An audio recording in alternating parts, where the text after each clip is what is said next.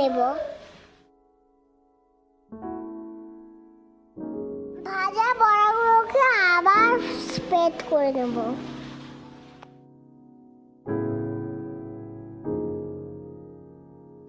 কাজুগুলোকে ছোট ছোট ভেঙে নেব।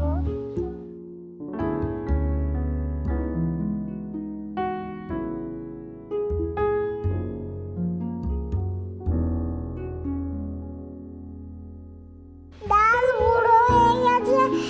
এখন আমি কাজুগুলোকে ভেঙে নিয়েছি।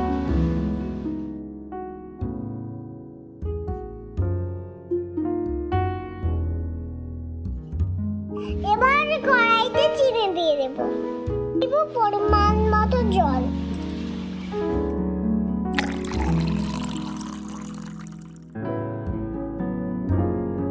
জিরাটা ফুটে গেছে। এখন আমি দুটো এলাচ দিয়ে দেবো।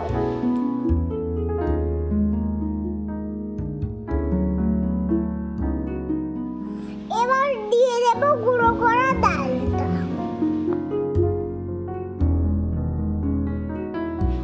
এবার দেবো কাজু বাদাম।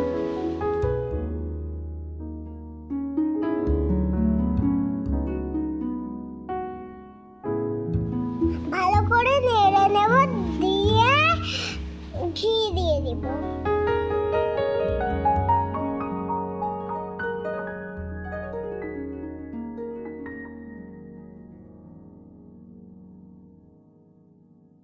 নামিয়ে ঠান্ডা করে নেব।